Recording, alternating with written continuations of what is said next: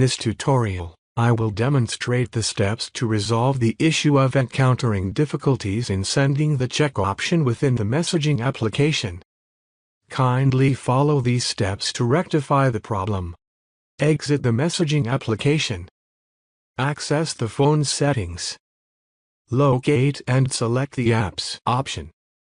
Identify and select the messaging application from the list of installed applications.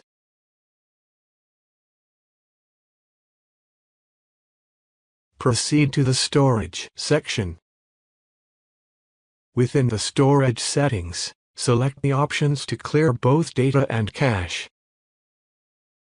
Return to the previous menu. Select the Permissions option.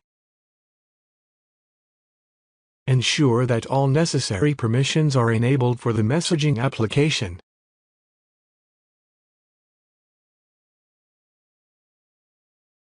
Finally, restart the phone to complete the process.